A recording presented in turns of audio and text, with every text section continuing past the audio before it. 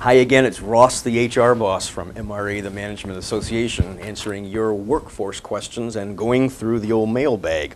Got a letter here that I thought you might find interesting, plus it may sound a little familiar for many of you.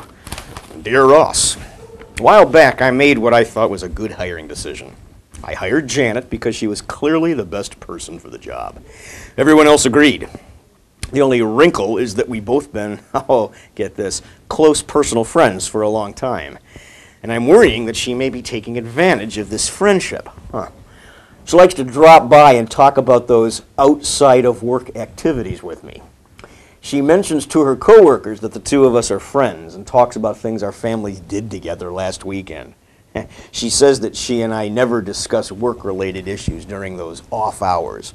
However, truth be told, work sometimes does slip into our conversations, and it's starting to make me feel uncomfortable.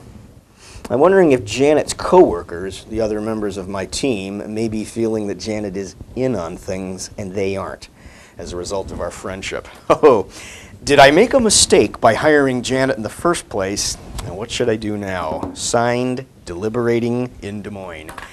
Well, deliberating, I'm not going to tell you that you necessarily made a wrong hiring decision. I mean, you were the one who said that Janet is clearly the best person for the job, but you're in a bit of a bind now.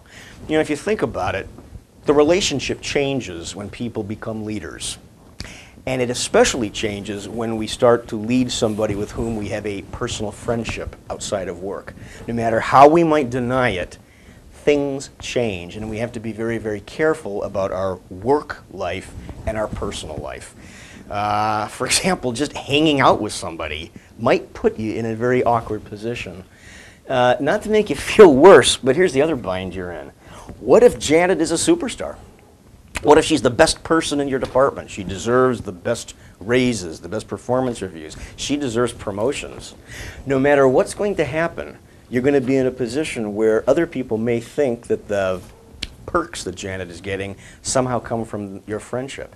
And even if that's not true, that's how they see it. And let's face it, perception is reality. Their perception is reality. So here's my suggestion. I'm thinking maybe what you need to do is have kind of a meeting of the minds with Janet and let her know that your personal relationship and your work relationship are very, very distinct. Okay, and they can't get in the way of each other. And here's a practical suggestion. She may behave in certain ways or say certain things that you're going to want to address. For example, let's just say that she mentions in a staff meeting something about what the two of you did last weekend for fun. You may have to say something like, when you made this statement in the staff meeting last week and you talked a little bit about what we had done last Sunday, that made me feel uncomfortable. And what I'm going to ask you to do in the future is to not discuss our personal relationship here at work. The other suggestion I'm going to give you is that you need to be very careful about evaluating her performance based strictly on her performance and not your feelings about her.